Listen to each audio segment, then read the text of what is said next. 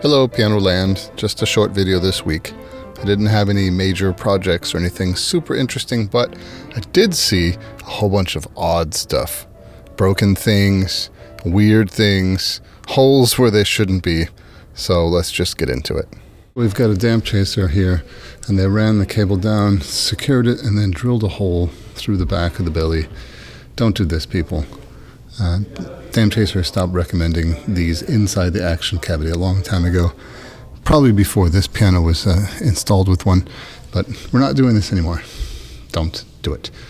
It seems that this one has the cable secured down into the floor with its own plug.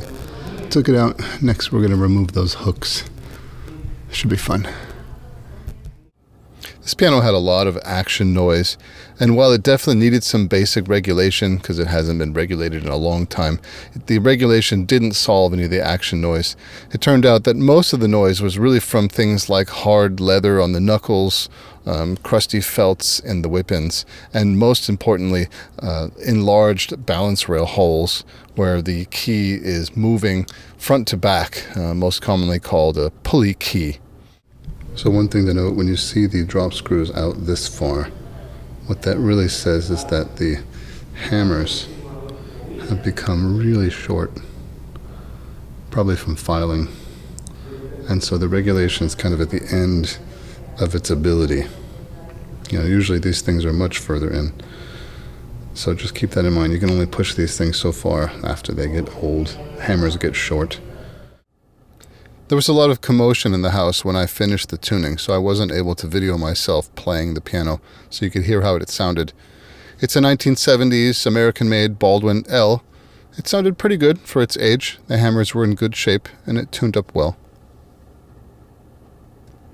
Next up we have this oddity. This piano is a Kanabi from the early 1900s. It has new obel hammers, and someone has very neatly applied fabric tape to the hammers. It's such a strange thing, but I gotta say, I like it. It adds a warm, clear sound to hammers that probably would have needed a ton of voicing. If you had old, crusty hammers, you could probably try this out. I recommend it. I think it's actually kind of cool. And lastly, we have this little disaster. This is a Yamaha GH1 from, I'm gonna guess, the mid-1970s. The entire pedal box has split in half. How this kind of thing happens, I don't know. You can see here how it's just completely split open. For a repair like this, you've got to make sure that the faces of each half fit together as best as possible. In this case, I had to file the holes out to get the parts to even come together at all.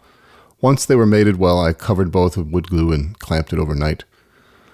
So instead of just tuning and being on my way, I had to leave it clamped up and come back the next day to reassemble the pedals and squeeze in a 20-minute tuning before the rehearsal started. Ugh.